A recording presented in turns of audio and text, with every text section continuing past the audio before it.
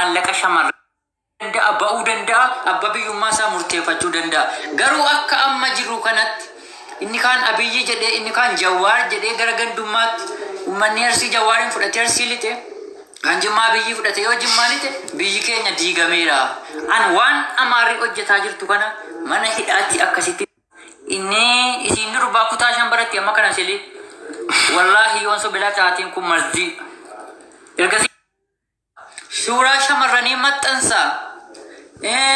obsaa abdii yookaan kaalessanyii mootii baga qabame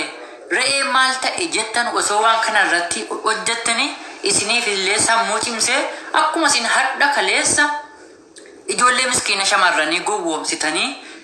sin fuudhaa yookaan jaartii hin qabutu mucaan keessan kutaa shan barattu inni isin durbaa kutaa shan baratti amma kana sili wallahi yoon so bilaa taatiin kun marzii ergasii leemoon dhiise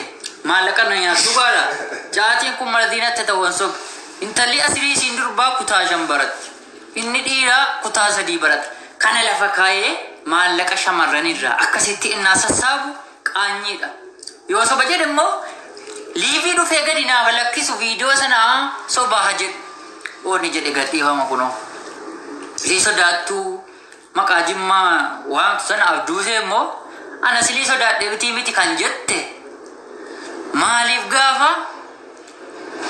waa iggandummaa wa'ii ka'u ankaa iroon jira ati suudii jirta yoo ummataa yoo Arsii ta'e namni amma suudii keessa janatu Arsii caalan jiru. Kaayiroo keessa kan janatullee ijoollee keessan jedhani anillee hin argine an Kaayiroon jira jara asilii biran jiraate Suudii jirta liivii waan akkasii irraa ba'ii haasa'ii maaliif naan jette ituun sodaanne ani sodaadhu kanan jettee sobdee asiifatti dhudhuuftu maaliif akkas jette akka sodaattus kana asirraa hubachuu dandeessa jechuudha. Amma garuu ta'u malee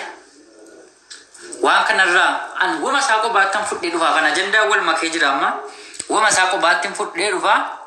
amma Oromoo tokkooma qabsoo qulqulluutti gallee jirra isinillee qabsoo qulqulluutti galaa tokko ta'aa jabaadhaa jechuudha. Karaa Addis Katamaa gama sanarra kan jiru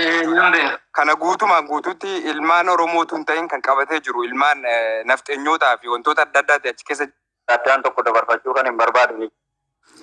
Tokkummaanis yookiin hojii jammalaa laata jechuudha.